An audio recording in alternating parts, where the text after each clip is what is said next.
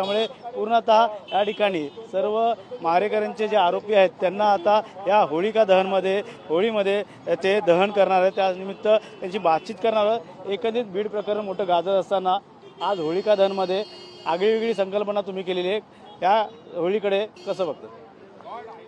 मस्साजोगचे सरपंच कैलासवासी संतोष देशमुख यांच्या क्रूर हत्येमध्ये सहभागी असलेले हे नराधम वाल्मिक कराड आणि त्यांचे सहआरोपी या सगळ्यांना आम्ही आज होलिकोत्सवमध्ये त्यांच्या प्रतिमेला जाणण्याचा प्रयत्न करणार आहोत।